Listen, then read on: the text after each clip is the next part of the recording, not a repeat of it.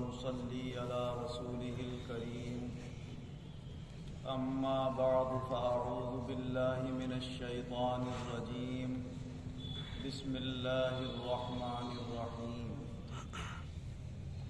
يا أيها الناس إنا خلقناكم من ذكر وأنثى وجعلناكم شعوبا وقبائل لتعارفوا إن أكرمكم عند الله يتقاكم إن الله عليم خبير۔ اللہ تبارک و تعالی اپنے کلام عظیم میں ارشاد فرما رہا ہے، اے لوگو، میں نے تمہیں ایک مرد اور ایک عورت سے پیدا کیا ہے اور تمہیں بہت سے خاندانوں اور قبیلوں میں اس لیے بانٹ دیا ہے تاکہ تم آپس میں ایک دوسرے کو پہچان سکو۔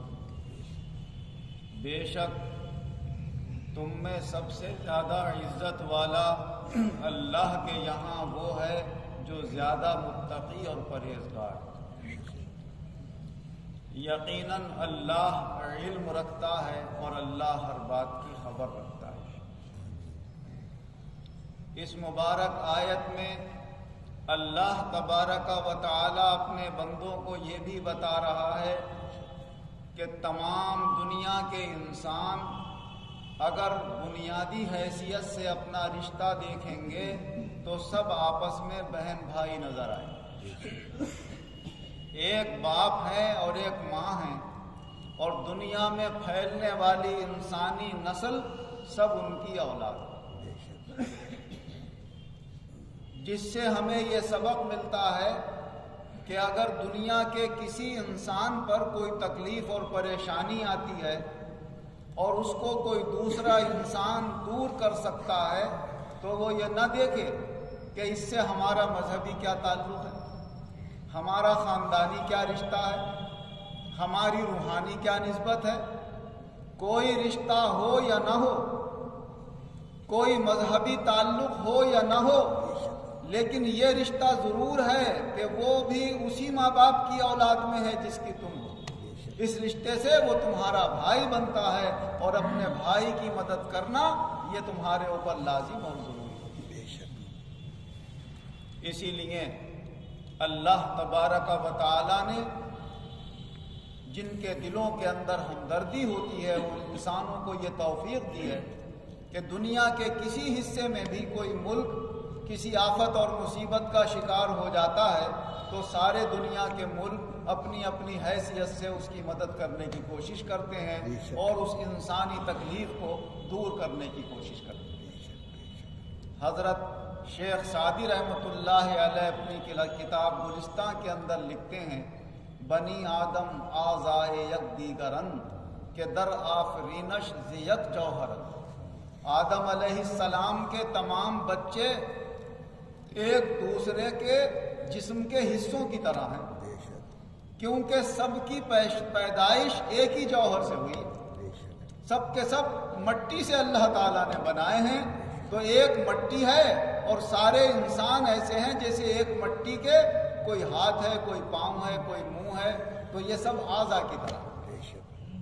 چو عضو بدرد آورد روزگار دیگر عضو ہارا نمانت قرار۔ اب تم یہ سوچ لو کہ اگر کسی دن تمہارے جسم کے کسی بھی حصے میں تکلیف ہوتی ہے، کسی عضو میں تکلیف ہوتی ہے، تو پورا جسم اس تکلیف کو محسوس کرتا ہے یا نہیں کرتا ہے؟ تو ایسے ہی دنیا کے کسی انسان پر بھی کوئی تکلیف آئے تو سارے انسانوں کو اپنے جسم کا اسے حصہ جان کر اس کی تکلیف کا احساس کرنا چاہیے۔ تو کس محنت دیگراں بے غمی نہ شاید کے نامت نہند آدمی۔ تو ہے کہ دوسروں کی تکلیف سے بالکل بے غم ہے، تو اس لائق ہی نہیں ہے کہ تیرا نام آدمی رکھا جائے۔ یہ حضرات عام طور سے تو ہر انسان کی خدمت، اس کی مدد اور بقدر ضرورت جو جس کا خیال رکھ سکتا ہو، پڑوسی کا خیال رکھ سکتا ہو تو پڑوسی کا خیال کرے، اس میں یہ نہ دیکھے کون مسلمان ہے کون غیر مسلم ہے۔ کبھی کسی کو ضرورت پیش آ جاتی ہے، کبھی کسی کو ضرورت پیش آ جاتی ہے، حضور نبی اکرم صلی اللہ علیہ وسلم نے ارشاد فرمایا کہ اللہ تبارک و تعالیٰ کی طرف سے میرے لیے پڑوسیوں کا خیال رکھنے کا بار بار اتنا حکم آتا ہے کہ مجھے اندیشہ ہوتا ہے کہیں پڑوسیوں کو جائیداد میں شریک نہ کر دیا جائے اور حصے دار نہ بنا دیا جائے۔ فرمایا اگر تمہارا پڑوسی تمہاری تکلیفوں اور پریشانیوں سے محفوظ نہیں ہے تو تم جنت میں جانے کے لائق نہیں ہو۔ جو شخص اپنے پڑوسی کو دکھ دیتا ہے اور تکلیف دیتا ہے اللہ تعالیٰ اس کو دوزخ میں ڈالے گا، اسے جنت میں نہیں پہنچائے گا۔ اور پڑوسی میں کہیں مسلم پڑوسی کا لفظ نہیں آیا ہے، پڑوسی کوئی بھی ہو اپنے پڑوسی کا بحیثیت انسانیت خیال رکھنا ایک دوسرے کے اوپر لازم موضوع ہے۔ اور حضرات اولیاء کرام کا تو مقام اس سے بھی اونچا ہوتا ہے، وہ تو نہ دوست دیکھتے ہیں نہ دشمن دیکھتے ہیں، نہ اپنا دیکھتے ہیں نہ پرایا دیکھتے ہیں، وہ تو اگر اپنے دشمن کی بھی مدد کر سکتے ہیں تو کر دیتے ہیں۔ شیخ سعدی رحمۃ اللہ علیہ ایک واقعہ لکھتے ہیں کہ ایک اللہ کے ولی کے گھر میں رات کو چور آ گیا۔ وہ انتہائی فقیر انسان تھے، صرف ایک ٹاٹ تھا جس کے اوپر لیٹے ہوئے تھے، باقی گھر میں کوئی سامان ہی موجود نہیں۔ چور نے بتیرا ادھر ادھر کونوں میں جھانکا، دیکھا کوئی پیالہ کوئی لوٹا، نہ پیالہ، نہ پلنگ، نہ چارپائی، نہ بکسا، کچھ نہیں، یہ ایک ٹاٹ ہے، اسی پہ لیٹا ٹوٹا ہوا چھپر پڑا ہوا۔ چور بھی گھس آیا ان کے گھر میں، یہی نہیں سوچا کہ کچھ ہوگا یا نہیں ہوگا، نا امید اور مایوس ہو کے واپس جانے لگا۔ تو جس ٹاٹ پہ وہ لیٹے ہوئے تھے اس کو اپنے نیچے سے نکال کے چور کے راستے میں پھینک دیا۔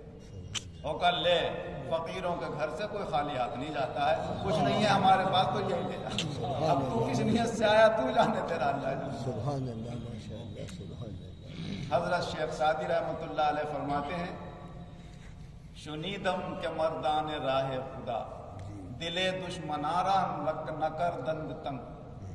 ہم نے سنا ہے کہ جو اللہ کے راستے کے مرد ہوتے ہیں وہ تو دشمنوں کے دل کو بھی تنگ نہیں کرتے۔ اور فرمایا تمہارا یہ حال ہے کہ تم اپنوں کی بھی کوئی پرواہ نہیں کر رہے۔ تو اسی لحاظ سے اللہ تبارک و تعالی نے اپنے مقبول بندوں کے دلوں میں جو انسانیت کی ہمدردی رکھی ہے وہ دوسروں کے اندر نہیں پائی جاتی ہے۔ حضرت جریر بن عبداللہ رضی اللہ عنہ روایت کرتے ہیں کہ ایک مرتبہ دن کا اول حصے کا وقت تھا، جو 12 بجے سے پہلے کا دن کا اول حصہ کہلاتا ہے۔ 12 بجے ہوں، 11:30 بجے ہوں، 11 بجے ہوں، کہیں باہر سے ایک قافلہ آیا حضور صلی اللہ علیہ وسلم کے پاس۔ تو قافلے کی غربت کا یہ عالم تھا کہ موٹی موٹی چادریں تیبند کی جگہ باندھے ہوئے تھے، باقی جسم ننگے تھے، تلواریں لٹکی ہوئی تھیں ان کے، بغیر نیاموں کی، نیام بھی نہیں تھی ان کے لیے۔ یہ وہاں کے لوگوں کا طریقہ تھا کہ کوئی نہ کوئی ہتھیار ضرور رکھتے تھے اپنے ساتھ، شکار کرنا ہے، کچھ کرنا ہے، راستے میں کسی دشمن سے مقابلہ ہو جائے تو اس سے لڑنا ہے، چور چکار مل جائیں یا کوئی جانور حملہ کر دے، شیر، چیتے، کچھ بھی، تو اپنی حفاظت کے لیے کچھ نہ کچھ رکھتے تھے وہ ساتھ۔ تو ایک قافلہ ہے، حضور صلی اللہ علیہ وسلم نے ان کی جب غربت کا یہ حال دیکھا تو چہرے کا رنگ اداس ہو گیا، اور کبھی گھر میں جاتے ہیں، کبھی باہر آتے ہیں، کبھی گھر میں جاتے ہیں، کیونکہ ظاہر میں اس وقت ان کی مدد کے لیے کوئی سامان نظر نہیں آ رہا۔ حضور صلی اللہ علیہ وسلم کے دل میں اللہ نے یہ الہام کیا کہ اس ترکیب سے ان کی مدد کرو۔ حضرت بلال رضی اللہ عنہ کو حکم دیا اذان دو، جیسے ہی وقت شروع ہوا ظہر کا انہوں نے اذان دی، مسجد میں لوگوں کی بھیڑ لگ گئی نماز کے لیے، جیسے آتے تھے جماعت کی نماز پڑھائی اور فرمایا بھائی سب لوگ ٹھہر جائیں۔ پھر انہیں انسانیت کا سبق قرآن عظیم کی آیتوں کے ذریعے یاد دلایا۔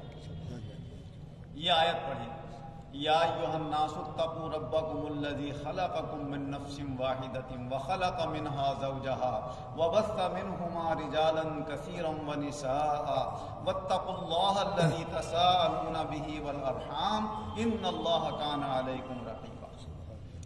چونکہ اس میں انسانیت کا خاص سبق ہے تو ہمارے خطبہ نکاح میں بھی آیت داخل، جس میں اللہ تبارک و تعالی فرماتا ہے اے انسانوں میں نے تمہیں حقیقت میں تو ایک ہی جان سے بنایا، پھر اس ایک جان سے ان کی بیوی کو بنایا تھا. تو سب سے پہلے آدم علیہ السلام کو بنایا, پھر ان کی پسلی سے اللہ نے حضرت حوا کو پیدا کیا.